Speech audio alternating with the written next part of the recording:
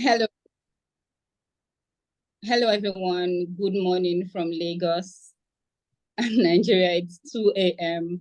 and I'm super excited to be here.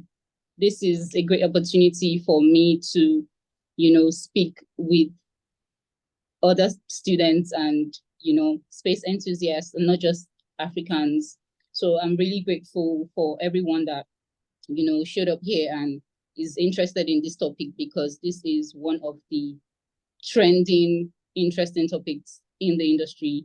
And I'm super excited and honored to be taking this topic. Uh, my name is Ruth Okoh, as he mentioned. I am an aerospace engineer, founder and aerospace communicator of SpaceBoss Aerospace, an aerospace research innovations brand, and I'm a startup, or we are a startup rather, and it's been interesting. We've been a little above a year in the industry, and there's been tremendous growth, and there's a whole lot to do. This should be fun. So, in 1996, satellite internet, also known as the Alternet, was introduced to individuals and businesses in remote areas, remote regions. A paradigm shift began in 2012 with commercial rocket launches by SpaceX, resulting in a significant drop in the cost of rocket launches. In 2022, this led to the launch of over 2,000 satellites to space. This new era is defined by a dramatic increase in investments in large LEO constellations focusing on fixed broadband internet services for residential and business users. Now, the main idea of SIoT is the integration of transceiving components into various devices for satellite communication between people and things, and also between things and other things themselves. So I'm going to be giving you the outline of what we're going to be talking about today: satellite IoT architecture, operational orbits, applications, various applications in diverse industries and walks of life. Satellite IoT markets, the trends and prospects, challenges and considerations as well. Now, satellite IoT architecture. A satellite communication network comprises of 5 elements: the user device, the modem or the router, satellite dish, satellite in space, ground stations, and basically that. Now, this is how it works. Data is sent through the user device. It travels through the modem to the satellite dish, out to a satellite in space, and then it's sent to the Network Operations Center, known as NOC usually, and then back again to the satellite in space, then to the satellite dish on Earth, and through the modem, delivers data to the user device. IoT devices leverage satellite networks to enable communication with sensors. All complete IoT systems are similar in the sense that they represent the integration of 4 distinct components. We have the sensors, or the integrated devices that collect data from the environment. They are isolated or integrated into a particular equipment or infrastructure. Then we have the connectivity. These sensors or devices are connected to the cloud through a gateway or router. Wireless interfaces like Wi-Fi, Bluetooth, they connect the sensors distributed in a wide area and act as a store and forward device. Data processing is the next step for this technology or this system rather. Once the data gets to the cloud, a software processes it. For example, it checks the temperature reading, if it's within the acceptable range, or it uses video to identify objects or intruders on the property. Next is the user interface, which is what carries the most importance, because if there's something wrong with your user interface, you're going to be having a whole lot of problems like, you have to check the sensors, you have to check the connectivity, you have to check all of that, thinking that that's where the problem is actually coming from.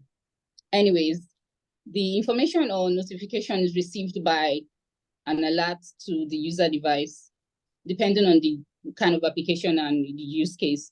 A user might have an interface that allows them to proactively check in on the system and perform an action, while some actions are performed automatically, providing remote accessibility and real-time data to detect any failure and take timely action, whatever step that is needed or required.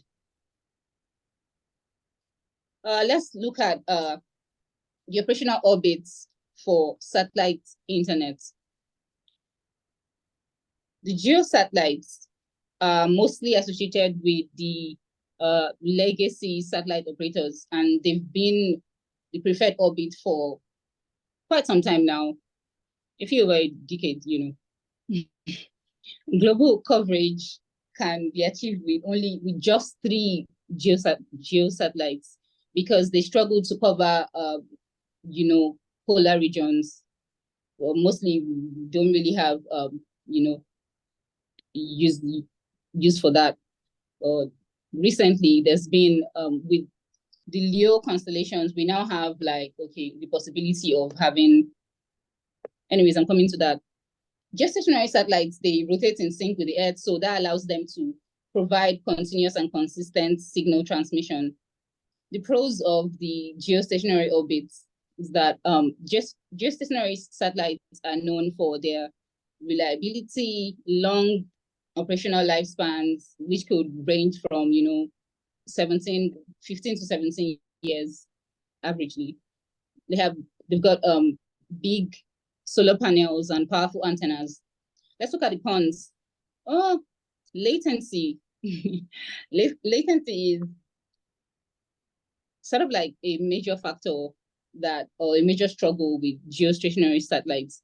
Latency is usually, high in the range of 500 to 700 milliseconds.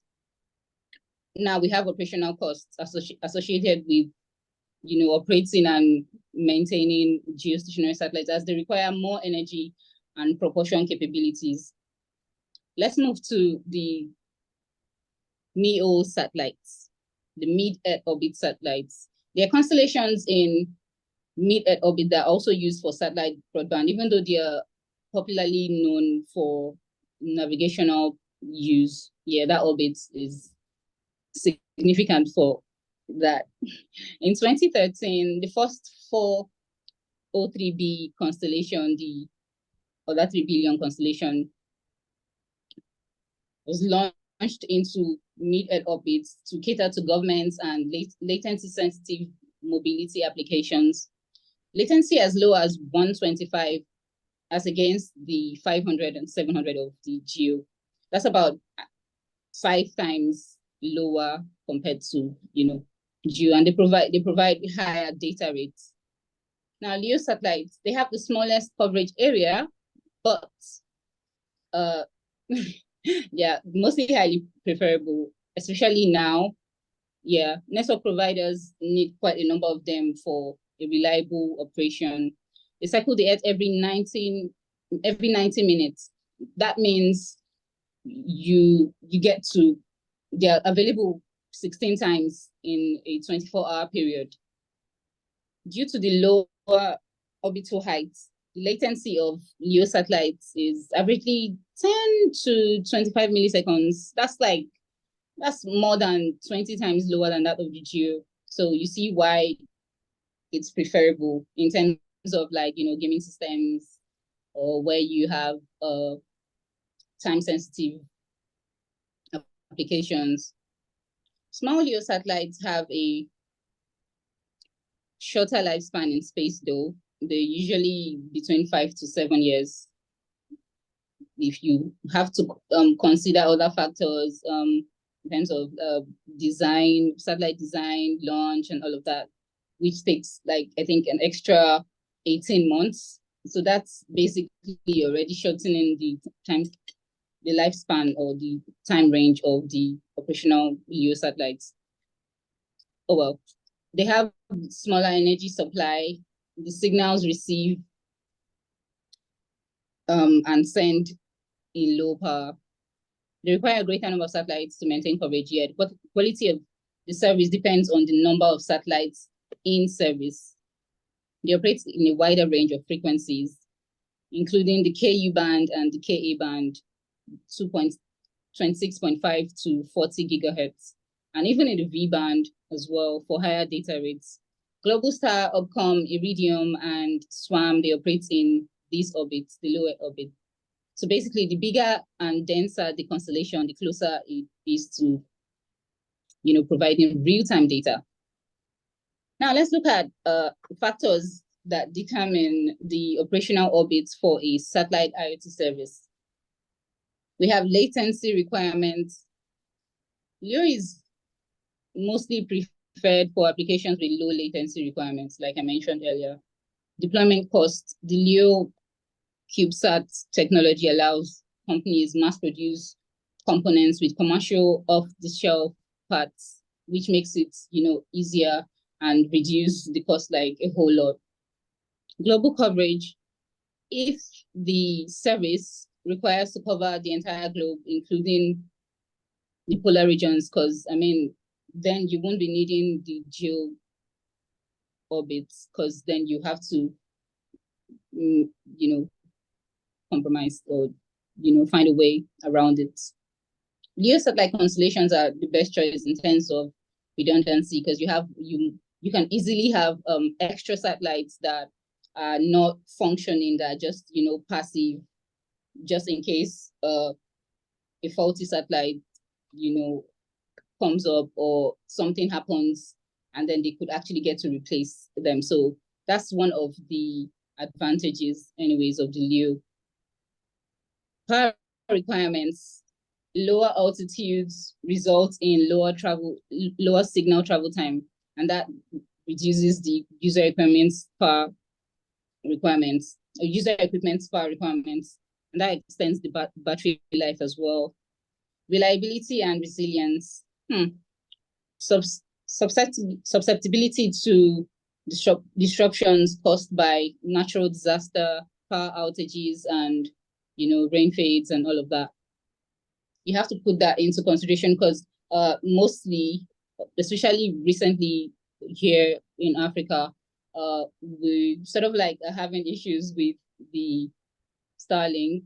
I shouldn't have actually mentioned the name. Whenever it is we have like, strong rain, because right now it's rainy season or slowly the end of it, we usually, people that use, I don't use Starlink, but I have a friend that uses it, and he complains that whenever there's, some sort of heavy downpour, he usually has issues with his, but he sort of just reduces the latency, or increases latency rather. Frequency band selection. Satellite communications are regulated, and they have various licensing requirements. Regulatory factors and spectrum availability influence frequency band selection. Applications of satellite IoT. Now let's look at transport and logistics. Road transport, highly valuable in smart transport management systems designed to optimize and streamline transport processes. We have vehicle sensors that track and collect data such as speed, location, fuel consumption, and tire pressure, improving customer service as companies provide accurate status updates of their deliveries. Traffic sensors monitor traffic flow and detect congestion. We have cameras for license plate recognition and security purposes. We have GNSS that tracks the location and movements, minimizing the risk of theft or damage to goods in transit. Communication platform for drivers and dispatchers, transport managers as well. Automated tasks like routing and scheduling. Let's look at the application of SIoT in the maritime operation. Satellite IoT is the most viable choice for maritime transport, with over 90% of, thereabouts, 90% of goods transported by sea. So that's sort of like a huge industry in terms of this technology. Sensors are mostly installed on buoys, sailing ships, echo sounders, laser rangefinders, and other underwater vehicles. They're often designed to be low power, and they don't require a constant network connection. Using advanced technologies like synthetic aperture radar, SAR, to generate high resolution 2D or 3D resolution reconstructions of objects, real-time tracking of ships. They provide accurate location information regardless of their position on the open sea, preventing collisions, and they also enhance maritime safety. Vessels transmit distress signals via satellites, positioning downed or stopped vessels, enabling rapid search and rescue operations. Management of private boats is one it's not new, but it's sort of like getting popular right now, because you want to ensure that your boat is safe, your private boat is safe wherever it's kept. Increasing visibility for fishing activities and identification of threats in pirate-infested high-risk areas. Vessels gather data on weather conditions, ship traffic, sea currents, and other factors that enables ship operators to optimize routes for energy efficiency and cost saving. Predicting ship arrival times helps to better plan the use of cranes and other cargo handling equipment to avoid delays. Cargo conditions, temperature, humidity, vibrations, and container breach are monitored to ensure the integrity of goods during transport. Data transmission from about 1,000 smart containers have saved medium shipping companies up to $1.4 million every year on container maintenance and repairs. SIoT is also used in the monitoring of emissions and pollutants, ensuring compliance with international regulations and promoting sustainable practices. Air traffic management.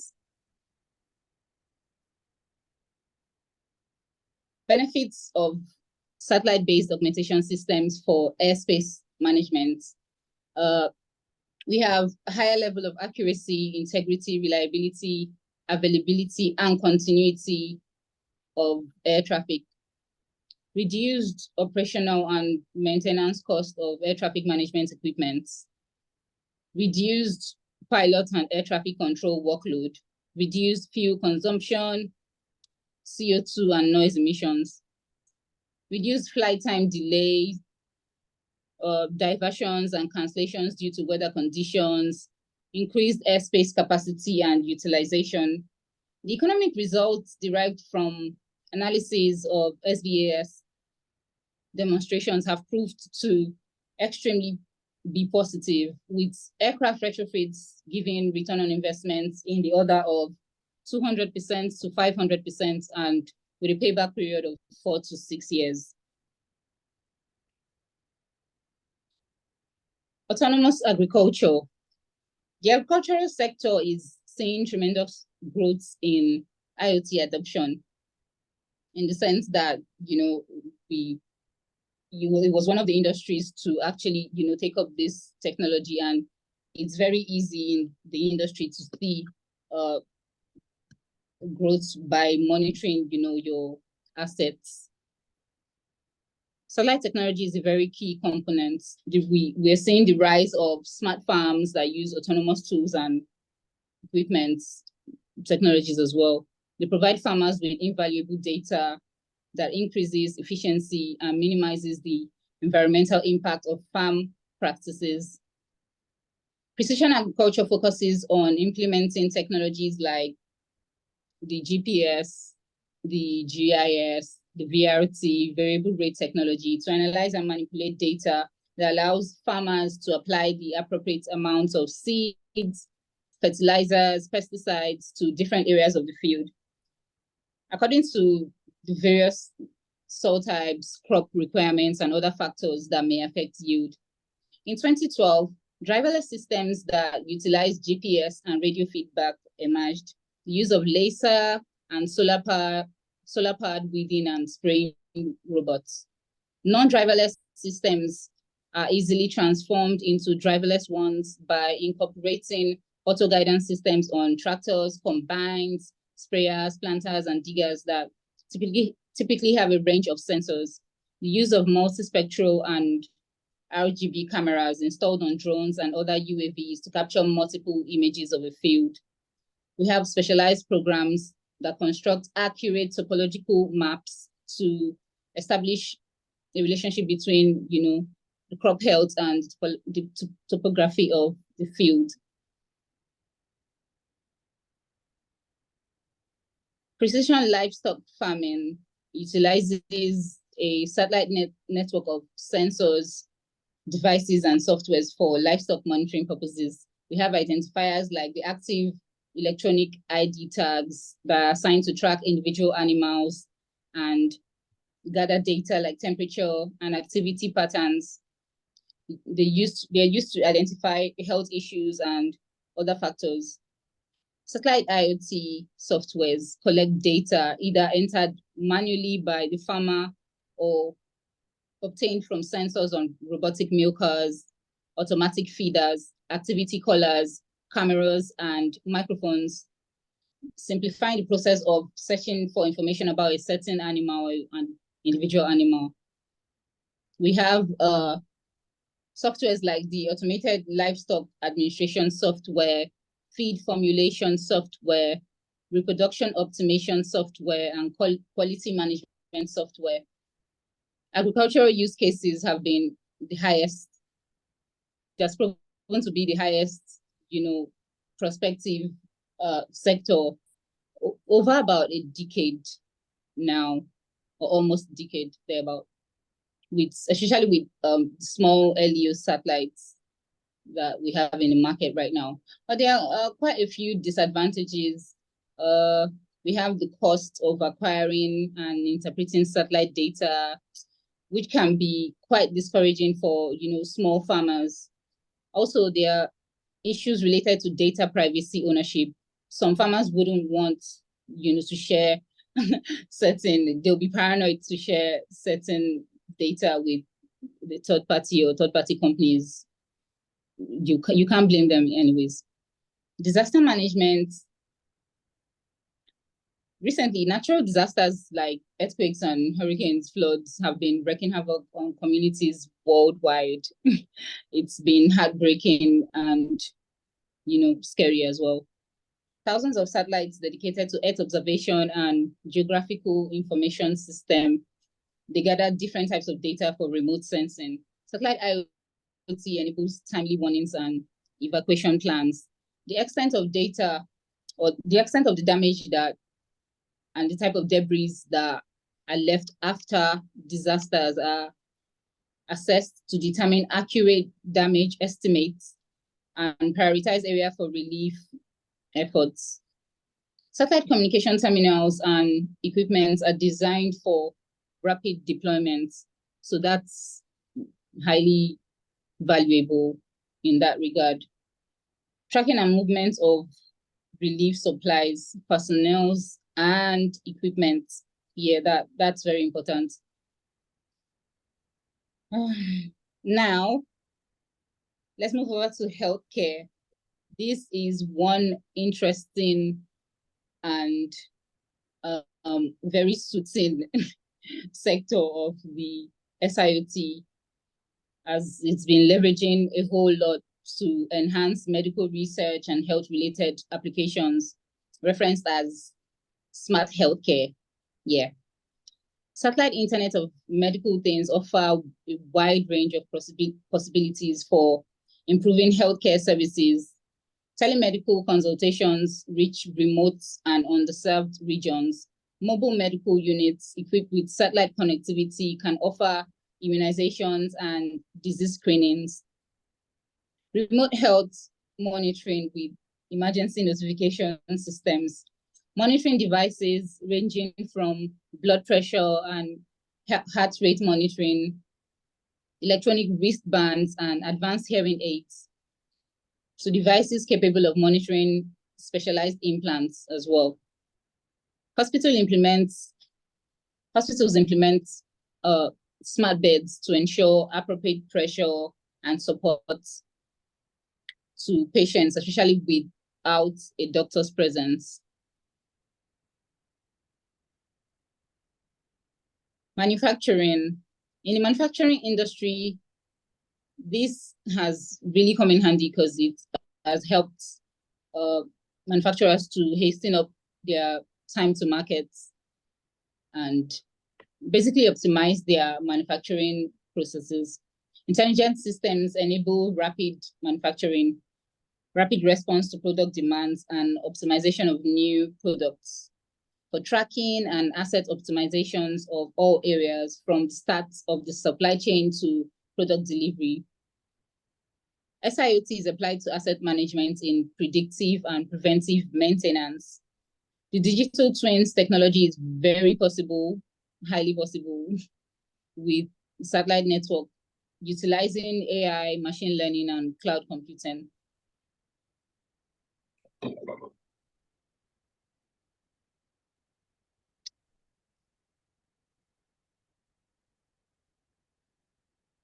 Energy management. Continuous monitoring of oil and gas pipelines, tracking and direction of drill bits that pierce the ocean floor, the volume of oil flowing through the pipelines. Gas detectors are used to detect potential gas leaks to balance power generation and optimize energy consumption. The smart grid is a utility IoT application that enables remote control by users or central energy management operators or companies. Improve scheduling operations. In mining, it improves visibility and it reduces mining supply chain disruptions from ore extraction, transportation, and processing. Now, the last but not the least, home automation. Satellite-based home automation systems have been around for many years, and I'm sure a whole lot of you use them in your homes as well.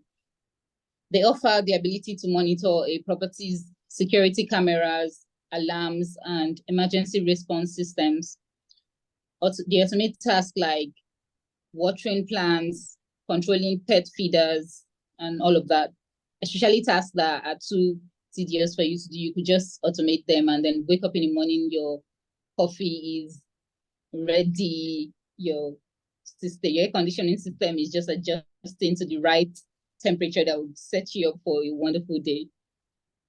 It allows for remote control of locks to monitor air quality, heating, ventilation, and air conditioning systems, enhancing energy efficiency and, just basically saving you a whole lot of money, especially in remote cabins and your vacation homes. Let's move over to the satellite IoT market. In 2022, the global space economy generated $384 billion in revenue. Commercial ground systems, including network equipment and gateways, generated more than $145 billion. The satellite IoT market is growing at a good, steady pace as subscriber base grew to over 4.5 million, and the market is valued at over $1.1 billion, or it was valued at over $1.1 billion in 2022. It's expected to grow to about 2.9 billion in 2027 with a high annual compound growth rate of 21.9%. Competitive intensity remains extremely high. Yeah. Large enterprises occupy over 70% of the market, as we can see. In the past 5 years, at least 13 startups have announced plans to commercially launch SIoT networks, which is very impressive. And I think CGComs should be part of that number, or, probably not counted yet, but we're coming. Anyways, the agricultural application of the satellite IoT, as I mentioned earlier, is expected to offer massive opportunities for market players over the 2027 period. There's an increase in collaboration. There's an increase in collaboration between satellite operators, IoT platform providers, system integrators, and device manufacturers. Now, what are the growth drivers?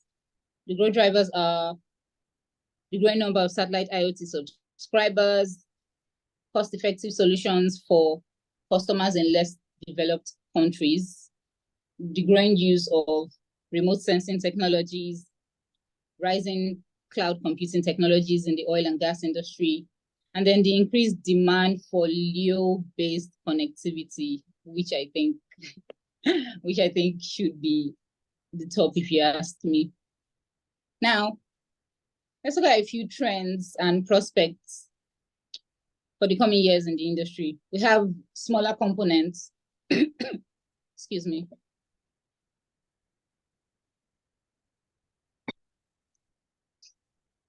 We have smaller components. Satellite internet now comes with just a modem, wireless router, and a network cable, as against the large equipment that we used to have years earlier. We have the continued miniaturization of IoT components and devices with self-install capabilities. You could basically just get your box of Starlink today and you set it up yourself, or maybe just get minor help, as against having to get like help from the operators, and they have to come and install some massive equipment in your property, on your property rather. Now we have phased array antennas. Yeah, that's one of the newest technologies that have just emerged. And it's based on implementing a certain type of chipset that, enables digital beam steering. It enables very small form factor, extremely low power consumption, and reduced price, of course. Hybrid networks with partnerships and collaborations between terrestrial and satellite IoT network operators. Hybrid connectivity is on the rise, and it's one of the factors that actually has an effect on the industry, in the sense that it's helping a whole lot more people join the space industry. And terrestrial operators could brag about having stuff and links in the industry as well, and they get to introduce their clients to a greater market and option as well. IoT devices terrestrial connectivity. IoT devices use terrestrial connectivity as their primary option, and they get to switch over to satellites in areas with no terrestrial network coverage. Satellite-defined networks, yeah, that reduces the amount of equipment involved in the communication channel.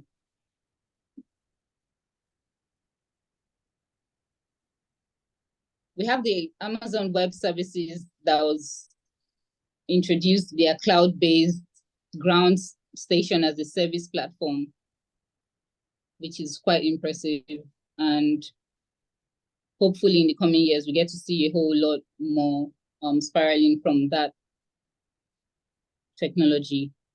Now let's move to the last but not the least, and the most interesting right now, the multi-orbit, multi-band capabilities. We're having a discussion in a meeting I was at yesterday, and a few participants of the meeting that were from, rival, should I say rival? I don't know if I'm allowed to say rival satellite operators. They got to talk about how they connected personally because they had to come together to do a project that, involved them them having to, scratch each other's back, and it turned out, to be a very fantastic thing. So the multi-orbit and the multi-band capabilities, they use a specialized universal modems that enable interoperability and switching between multi-band systems. In February, SES and Hughes completed the demonstration of a multi-orbit service to support government airborne missions. High resiliency is the #1 driver for multi-orbit capabilities. Yeah. Now let's look at the challenges. The primary challenge for any satellite communication system is achieving seamless and reliable data transmission over high altitudes. We have accessibility. Despite speedy advancements in technology, SIoT is not exactly accessible in certain regions, but I think it's probably because it's a quote unquote new technology. Well, yeah, but we're seeing the fast growth in people getting to implement and see the value of space technology. Now, cost is one very determinant factor in taking up this use or taking up the use of SIoT in any use case, because there you get to check with your ROI if there's major impact. But thankfully, most people that get to implement, especially if you're connected with a LEO operator that sort of gives you that resilience that is, or that latency that is sort of close to what you would get from fiber, if I can say so. Latency, signal delay, also called ping time or round trip time. In applications like telemedicine or industrial control systems, low latency is important for real-time performance. Other online activities like web browsing and email won't really be affected. Security, data security is a major challenge for the market in terms of vulnerability to cyber attacks. Now, space debris. With the growing launch of thousands and thousands and thousands of satellites in LEO, we're understanding the dangers and the impact of space debris on the space industry, the spiral effects on other industries and our planet as well. Jobs. There are concerns about loss of manual jobs and lesser employment opportunities due to automation. So yeah, those are the major challenges. Let's look at the factors to consider when selecting a satellite IoT service. You're going to have to check how much data the application requires, how time sensitive is the data, where are your assets located, are your assets stationary or mobile, and then also what degree of data security is needed. Because I mean, if you check and you see that you might not get the kind of service that you would require, majorly when you need, if you actually get to need to use satellite IoT, that would mostly be because you're in a remote region. So, or then and then again, you get to check other factors. Now, is satellite IoT a good option? Well, it's a good option. It's a good option because mostly that's the only option. So, absolutely.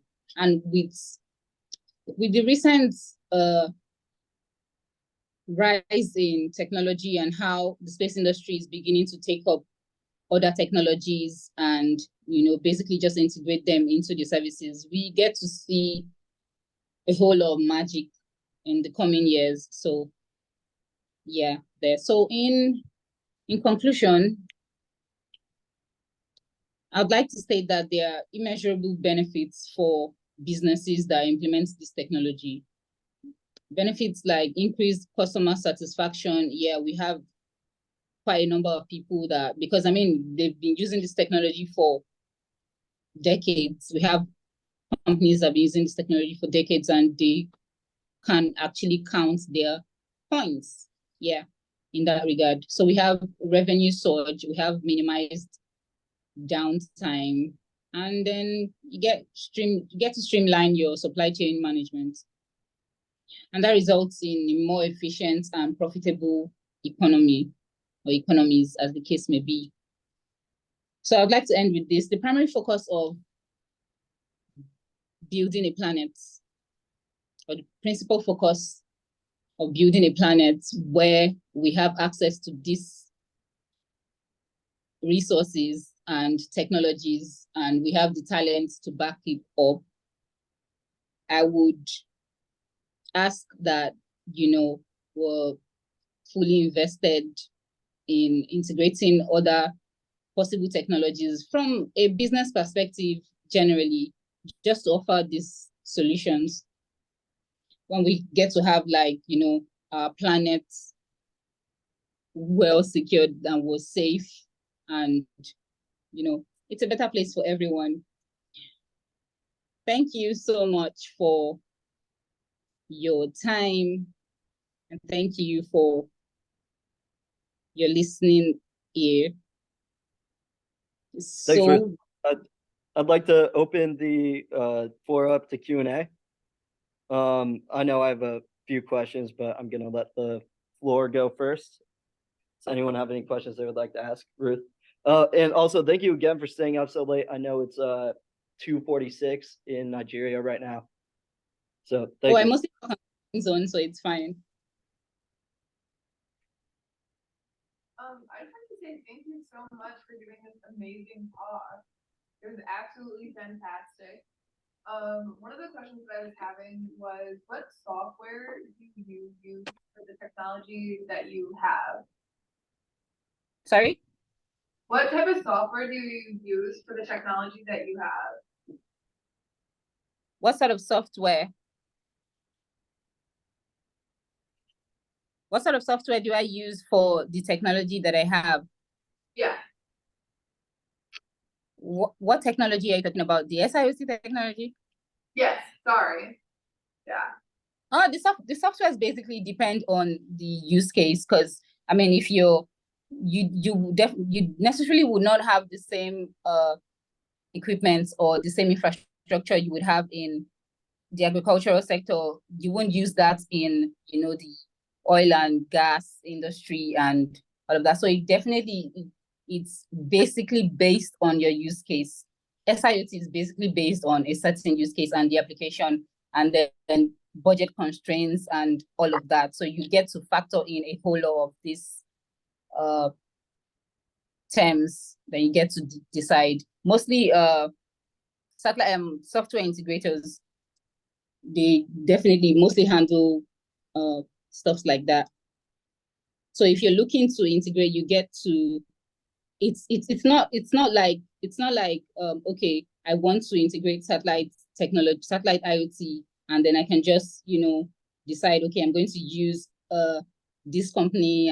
You're going to have to take a whole lot into consideration, the orbits they use, if it's going to be compatible with the data that you're going to be, or the service that you're going to be getting from that particular company, because you have the reason why we have diverse companies that do satellite operators and satellite service providers is because they offer different ranges according to basically customized. Yeah. So thank you. You're welcome. I have a quick question. I know in our meeting we did one-on-one, you mentioned that you had this educational initiative that you were launching soon. Can you tell us a little more about that? Right. Okay. So 2 years ago, before I started, or before we started thinking about actually getting serious with SpaceBoss, so we decided to just come into the industry and basically just provide satellite services to African countries, just connect people that are offering these services to people that need these services. So we got into the industry, and especially early this year, we found out that was going to be sort of impossible, because there was a breach, and that breach was the knowledge breach, and we had to close that. Like, we really had to close that. So we decided that we would first educate, especially the African, community, on the importance of aerospace education and space applications and all of that. So we have a few plans coming up. It's super interesting. I plan to do this for life because I love to have fun, and it definitely seems like this will be fun. So we have a couple of educational programs and basically just edutainment to because we found out that youth in Africa, they get to learn more by entertainment. They're mostly drawn by entertainment. I'm sure you all know that our entertainment industry in Nigeria is top. Yeah, well, we're actually out there, and we have like a few music award nominations and award received. So I'm speaking about entertainment because I am coming from the entertainment industry.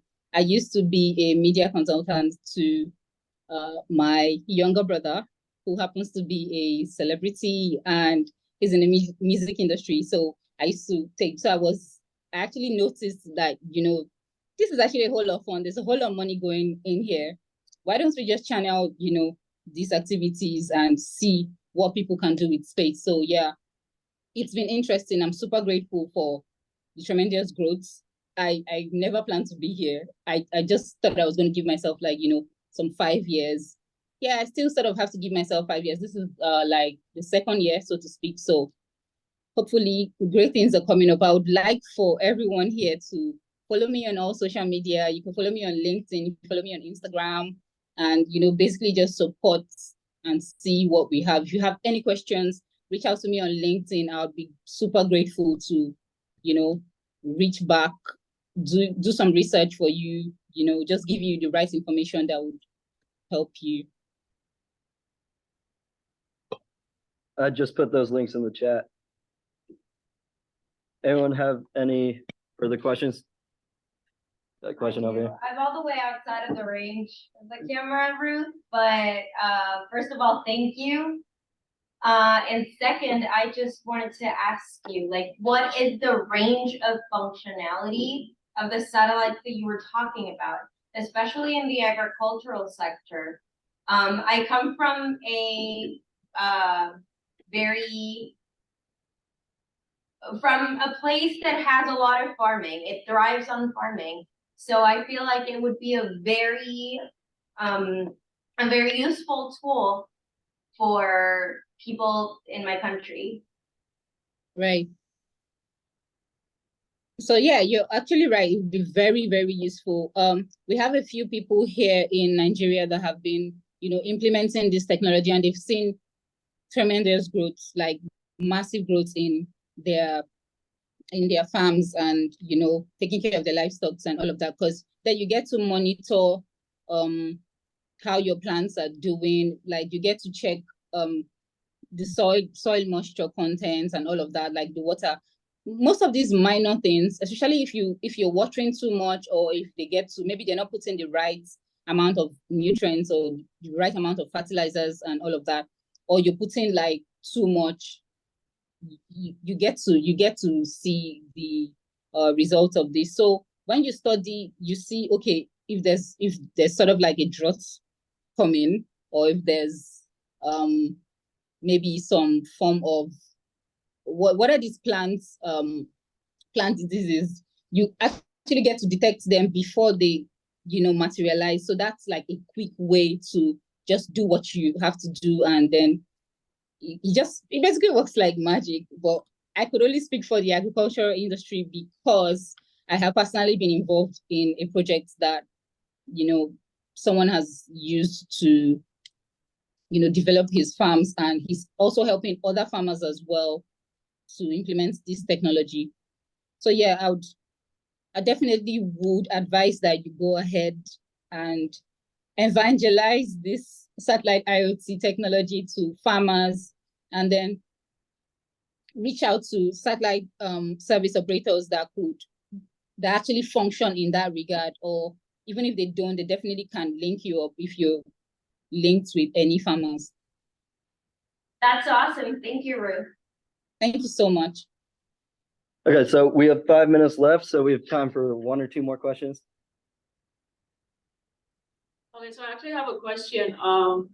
Because you were talking about how like you apply this to the healthcare industry in Nigeria, right?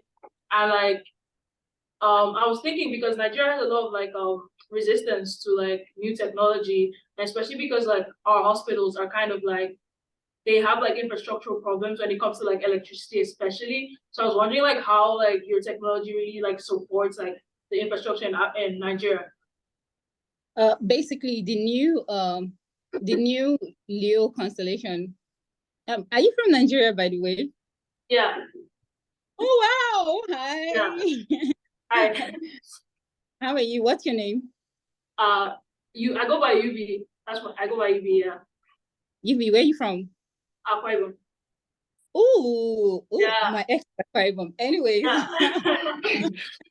anyways, so we have these new chipsets that are low, they're very, very low cost, and implementing them as well as other satellite infrastructures, you don't get to use that much high power as you would use in the geostationary with the geostationary satellites. So the reason why I'm actually advocating for the growth of the LEO orbits is, or the growth of the use of the LEO orbits is, there's so much in terms of, because latency is, you don't want to be using a certain application and then you're waiting for 700 milliseconds. Nobody has 700 milliseconds to wait. So that actually gives you low power and high and low latency. So that just does it. You don't really get to use that much power. And besides, everybody's solaring up these days. So there's that as well. And then you have like, you get to save like your battery life. Yeah, so that's basically how we survive. We have time for 1 more.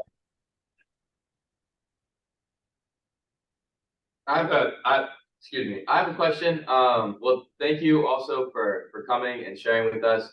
I'm really excited to tell my friends that we got to talk to you today. It's really, really exciting for us and inspiring. So thanks for coming and staying up late again.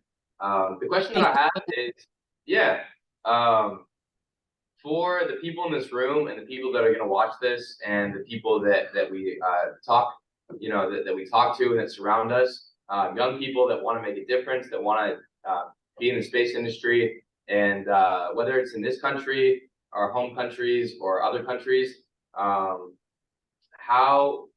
I guess, like what advice do you have for people that are figuring out our career paths and mastering ourselves? What advice do you have to have fun doing what we do? Like you. I would say follow your passion, like follow topics that you're basically interested in, and do a whole lot of research.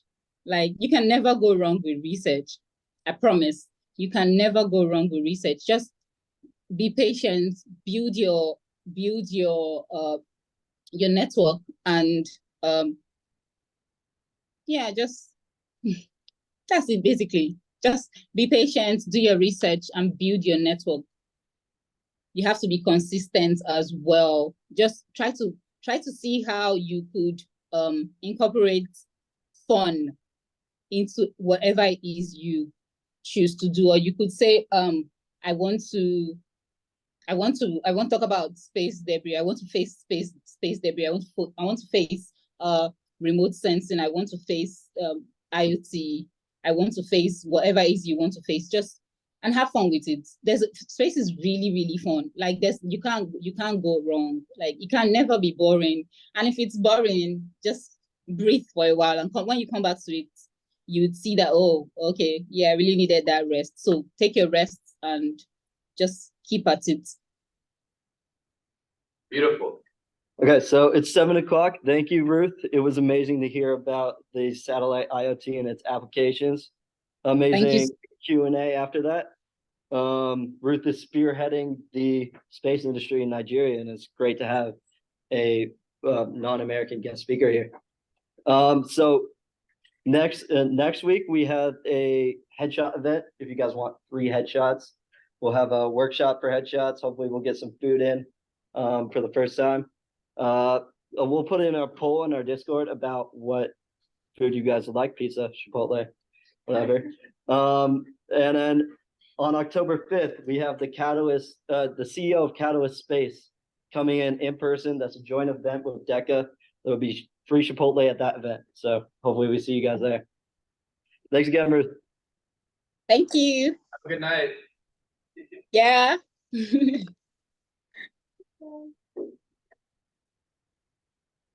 Stop the recording.